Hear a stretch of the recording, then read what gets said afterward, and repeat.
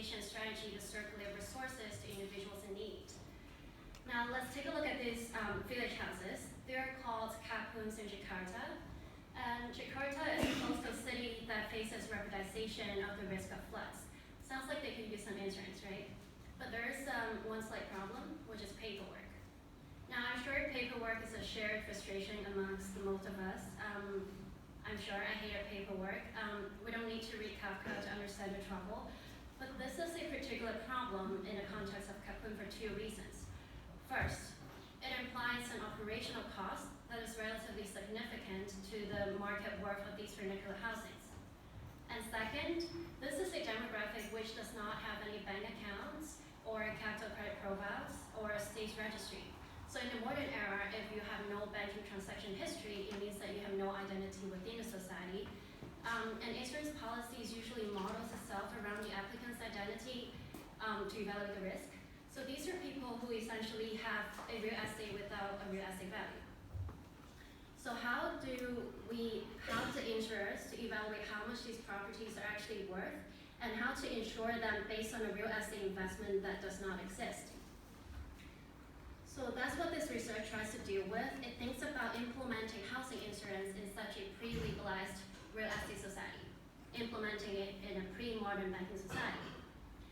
It proposes two models. The first one thinks about utilizing the technology of big data, social credit profiles, and building material indexing to circulate insurance between different entities. The second one discusses the potential of digital technologies within the fields. But given the limited amount of time, I'll only focus on the second one, which is called micro-insurance. So the idea didn't originate from me. As a matter of fact, it has been around for a decade, but very little research has been done on it because the technology needed for its implementation doesn't exist until recently. So let's go back to the problem that we underlined, is that comparing to the value of the Kapun housing, insurance policies are too expensive. This imbalance can be tackled by breaking the policy into smaller installments. So if the pie is too big, you break it down into smaller pieces. This will make the risk less systematic for the insurer and the policies more affordable for the low-income people.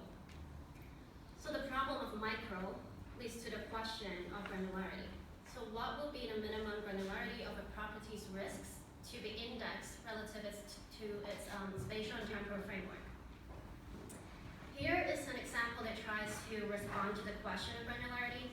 It is called the parametric indexable model. It looks super boring, and believe me, it is. But it does magic. So basically what it does is it standardizes the compensation for policyholders in case of a flood. In such a way, it flattens marginal costs. So basically, if you simplify the operation of insurance, it can be made cheaper. For simple English, it's like McDonald's providing you with standardized option of meals at a flat rate. So in turn, the meals can be made cheaper for the consumers. So by reducing the operational costs in insurance, policy can be broken down into smaller installments. So the final part of this would be a quick run through of how this can be coupled up with the digital tools. Luckily, the Indonesian population is relatively digitized. More than 60% of them owns a smartphone or has some sort of access to one. So you can be living in a slum while owning an Apple in Jakarta. Well, that right there is architecture redefined. You know how architects always say like columns and roofs are essential to living. Now the phone right there is architecture because software and hardware stacks, they're called architecture. I always find this is interesting homonym because, you know, what is essential to living? So basically the democratization of digital technology provides a point of access to micro-insurance for low-income people. And this research proposed the interplay of three digital technology. The first one is digital transaction platforms and digital credit profiles. Platforms are pretty familiar to all of us, but what does it mean by digital credit profile? It's basically a way to utilize parametric indexing mentioned earlier by providing a fertile ground to structure your identity paperlessly. So real life example, Lycamobile. I don't know if any of you have used it before. It's a great invention for international mobile population like myself, so for migrants. Basically, it's designed to sustain precarity. The user input their personal information. The system will automatically set you up with a digital profile.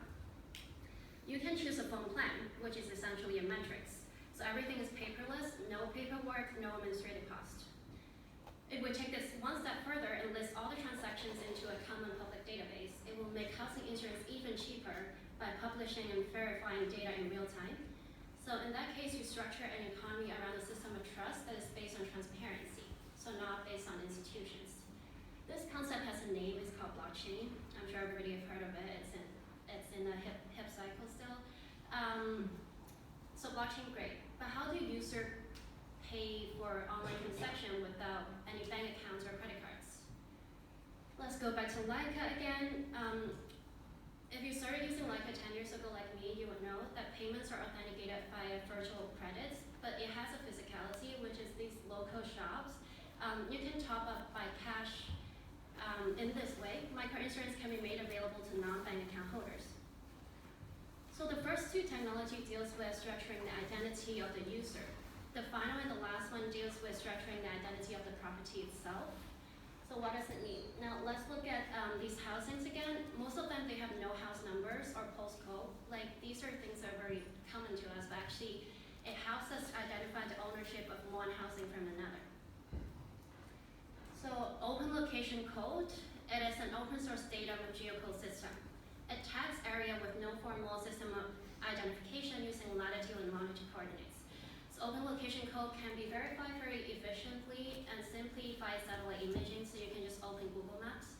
To conclude, for a demographic which does not have a capital credit history, this research models out from a non-formal economy where things are based on a system of trust. So such collective agreements, when coupled with technology, helps to leapfrog a society from a pre-modernism directly into the digital age. But of course, in order for value to circulate, it should always be kept in mind that any technological solutions are only constructive if you pair it with a social strategy. I think I'm 2 minutes